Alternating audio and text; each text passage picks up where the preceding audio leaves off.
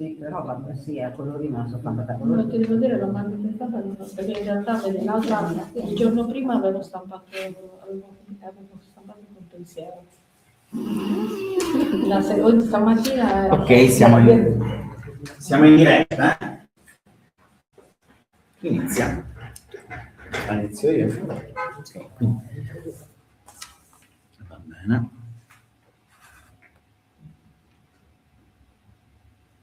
Dov'è? Ok, siamo qui.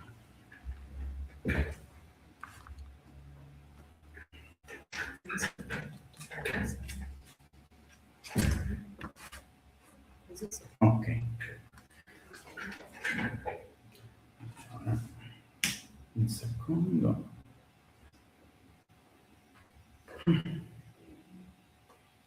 Va bene, benvenute e benvenuti. Questa è una iniziativa congiunta promossa dall'associazione Tonino Pascali Sardegna Radicale, CGIL Sarda, Will Sarda e il Manifesto Sardo. Non solo sesso, dateci accesso. Prende quindi da oggi anche in Sardegna il via la campagna per l'accesso reale all'interruzione volontaria di gravidanza farmaceutica. Qui con me alla presidenza di questa assemblea di apertura abbiamo Laura di Napoli, la coordinatrice dell'associazione Tonino Pascali Sardegna Radicale, il Manifesto Sardo, Francesca Nurra della segreteria regionale della CGIL Sardegna e Carla Meloni della segreteria regionale Will e responsabile anche pari opportunità della Will.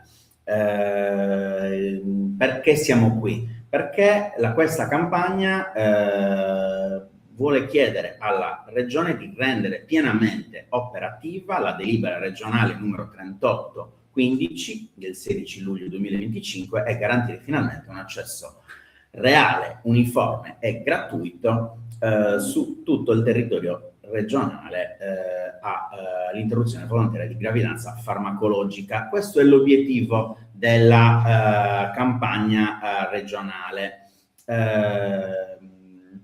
Prima di dare la parola alle nostre relatrici vorrei dire due cose su questa campagna. Intanto, di che cosa parliamo quando parliamo di libertà di interrompere una gravidanza in Italia e in Sardegna? Di che cosa parliamo quando parliamo di una obiettiva, di una chiara, evidente contraddizione che viviamo tra una parte dell'Europa civile, dalla parte dell'Europa progressista che festeggia l'introduzione dell'aborto nella Costituzione, come in Francia, come nel caso francese, o chi vorrebbe inserire il diritto all'aborto libero e sicuro addirittura nella Carta dei diritti fondamentali dell'Unione Europea. E invece noi in Italia che siamo fermi alla prima linea di difesa della legge 194. Noi al contrario siamo fermi a movimenti reazionari che si oppongono all'interruzione volontaria di gravidanza, siamo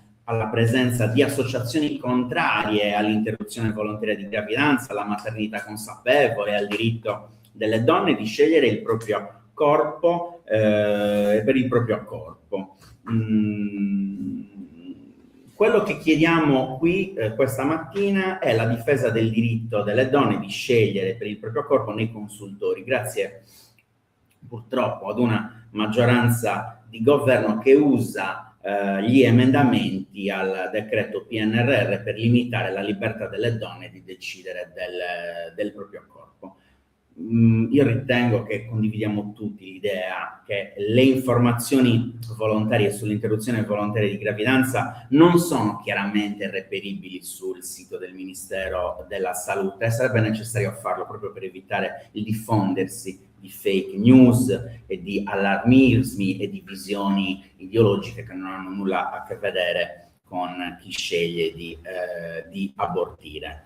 A fronte di riduzionismo, di disgregazione, dello smantellamento del sistema nazionale, ritengo che la nostra priorità sia quella di rafforzare la rete territoriale dei consultori pubblici invece di chiuderli. Il consultorio è da sempre presidio di tutela della salute sessuale e riproduttiva della donna, ed è un luogo in cui si promuove la sua emancipazione, garantendo la libera scelta dell'interruzione volontaria di gravidanza, l'uso degli anticoncezionali e la prevenzione soprattutto delle malattie sessualmente trasmissibili. Per questo motivo, almeno noi del Manifesto Sardo abbiamo aderito a questa campagna affinché questa importante e preziosa delibera che ha allineato la Sardegna, ricordiamolo, tra le prime regioni del centro-sud, attraverso l'interruzione volontaria di gravidanza con metodo farmacologico fuori dagli ospedali, anche nelle strutture ambulatoriali, sia realmente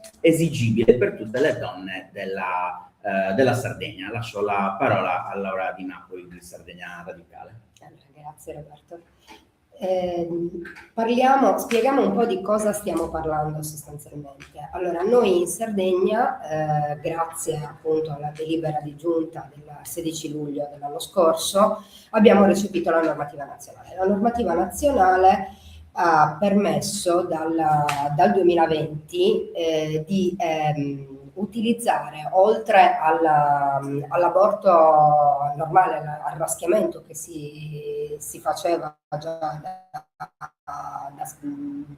dal 78 appunto, tra l'altro oggi ricorre proprio i 48 anni dall'approvazione della 194, quindi diciamo che è anche una data fondamentale quella che abbiamo scelto per cominciare la campagna. Ha esteso la possibilità di utilizzare la RU486 sino ai 63 giorni di gestazione, quindi sino alle 9 settimane di gravidanza, e ha eliminato l'obbligo di ricovero ordinario, perché prima era possibile prendere la RU486, però la si poteva fare solo in regime di ricovero, quindi con i costi di un regime di ricovero. Cosa è successo? È successo che in Italia varie regioni si sono adattate su carta a questa delibera dell'AIFA e del Ministero, ma nei fatti poi non sono pochissime le regioni che l'hanno messo in atto. La Sardegna l'anno scorso ha deciso addirittura di andare oltre, quindi di portare avanti una sperimentazione in Italia che accade soltanto in questo momento in Emilia-Romagna, e la possibilità della seconda pillola a domicilio. La RU486 è composta da 2 farmaci, il mifepristone e più una prostaglandina, che è il misoprostolo. Il misoprostolo bisognava prendere la prima pillola in ospedale, poi rimanere in ricovero e prendere la seconda con dei costi consistenti. Adesso è possibile invece farlo in day hospital, in ospedale, come accade ancora in Sardegna. La Sardegna è una regione particolare perché è una regione che attualmente ha ancora un altissimo tasso di raschiamenti. Rispetto al 6,3% del nazionale, noi in Sardegna abbiamo il 20% di raschiamenti. Mentre in Italia in generale noi abbiamo un accesso farmacologico che supera il 59%. Nel resto d'Europa questo accesso è molto più alto. Facciamo un esempio: i paesi scandinavi sono sopra il 90%, per dire. Ovviamente è preferibile una RU486 e un raschiamento, anche per effetti avversi al seguito. Con il raschiamento è molto più probabile poter incorrere a una sterilità della donna. Cosa succede in Sardegna? In Sardegna abbiamo una situazione data da un numero di consultori ridotto rispetto al numero di abitanti. Lo Stato prevede ogni 20.000 abitanti un consultorio. Ci sono aree della Sardegna che non hanno proprio, cioè non sono proprio coperte dei consultori, e diciamo che in linea di massima abbiamo un consultorio ogni quasi 26.000 abitanti, quindi andrebbe assolutamente potenziata questa rete. Le varie ASL hanno dei comportamenti diversi. Noi per esempio adesso che stiamo parlando del Sud Sardegna, nel Sud Sardegna abbiamo una percentuale di aborti molto più alta rispetto al resto della Sardegna, possiamo fare proprio un paragone invece con l'ASL di Nuoro, che invece sta a un poco più del 30%. Quindi ci sono delle aree della Sardegna dove le donne per poter abortire si devono spostare. E questa è una cosa terribile che invece potrebbe essere risolta grazie all'accesso al consultorio. Andiamo a parlare della RU486 nel resto d'Europa. Nel resto d'Europa cosa succede? Noi in Italia abbiamo visto che la possiamo prendere sino alla 9ª settimana. Nel resto d'Europa invece è possibile, per esempio in Svezia sino alla 12ª settimana, in Francia sino alla 16ª settimana, quindi anche il limite dettato dallo Stato è sbagliato, perché porta poi a dover fare un raschiamento dove il raschiamento non è assolutamente necessario. Quindi andare incontro a tutti quegli eventi avversi. Andando a livello economico, perché stiamo chiedendo che accada questo? Qui non è soltanto una questione di accesso all'aborto, che purtroppo tra l'altro è molto limitato anche dai medici obiettori di coscienza, che nel resto d'Italia si attestano sulla quasi un 40%, sopra il 30%, quasi il 40%, in Sardegna è sopra il 70% l'obiezione di coscienza. Infatti tra le cose che chiedevamo appunto quel famoso tavolo che era previsto dalla delibera che doveva risolvere il problema dell'obiezione di coscienza.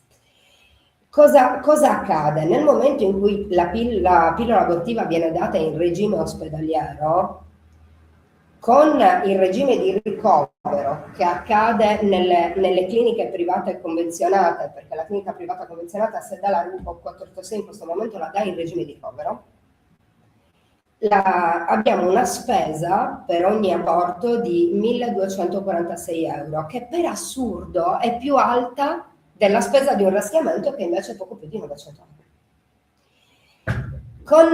Dandola invece in regime ambulatoriale e con la seconda pillola a domicilio, noi andiamo a tagliare completamente questi costi.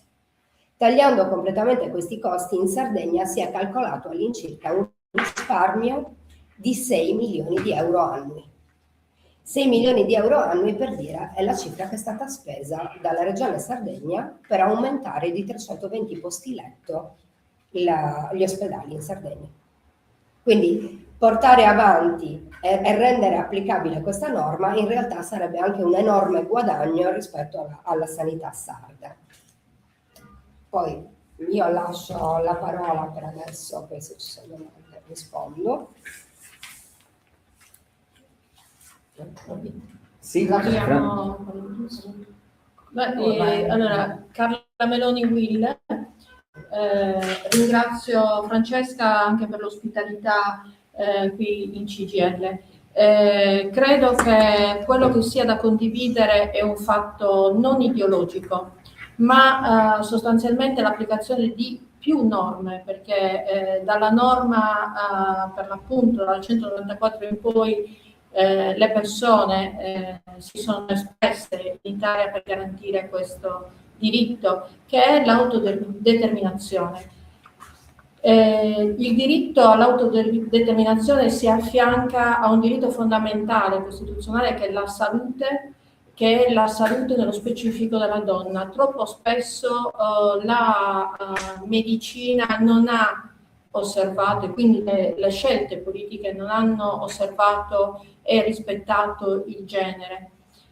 Questo però purtroppo di fatto si affianca ad una situazione complessiva, critica da un punto di vista della sanità, evidentemente. Il fatto di poter liberare da un lato le strutture da interventi che possono essere anche problematici da un certo punto di vista, e dall'altro consentire alle donne di avere una gestione anche emotiva di un momento complicatissimo in un ambiente consono, perché ricordiamoci che la scelta di un aborto non è mai una scelta semplice. nel momento in cui viene affrontata dovrebbe essere tutelata anche da un punto di vista di benessere psicologico.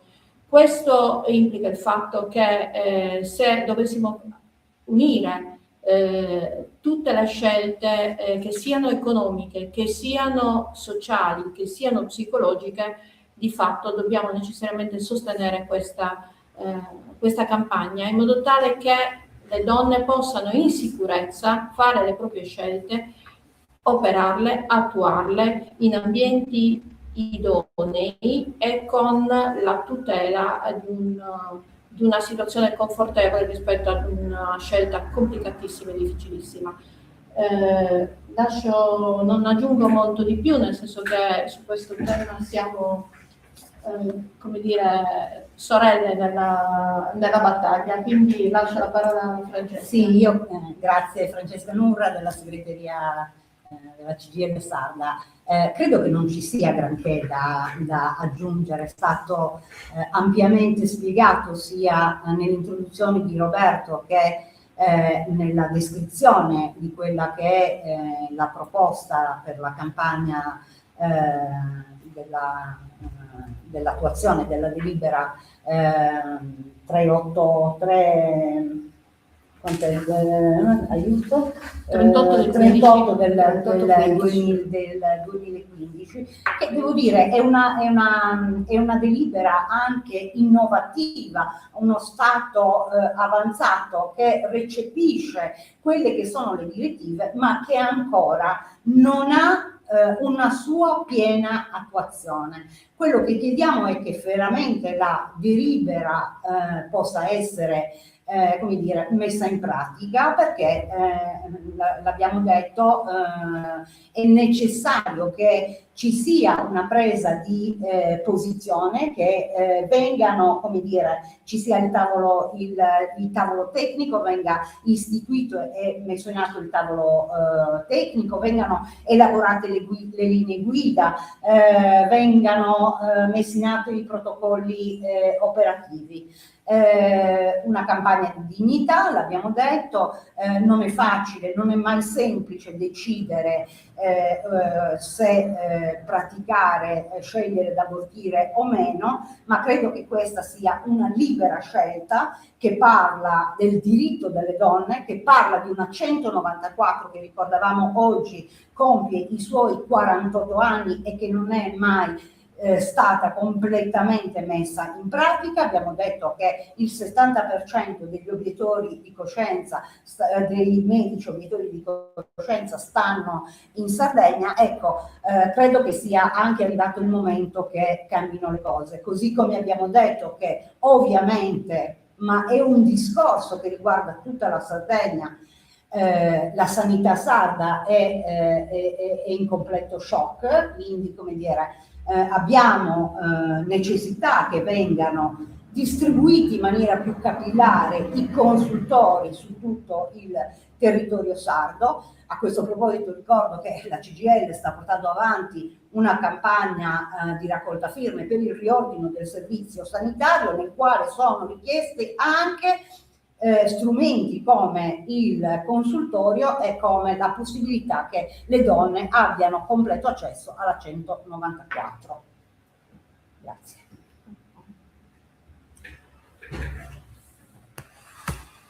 Va bene, io direi che possiamo concludere qui questa presentazione della campagna. Nelle prossime ore un team di comunicatori e di persone che si adopereranno per la comunicazione digitale inserirà una serie di post sui social che promuoveranno questa campagna. Infatti ringrazio Sara anche per il suo sostegno informatico a questa campagna. Buon lavoro a tutti e a tutti. Grazie, buon lavoro.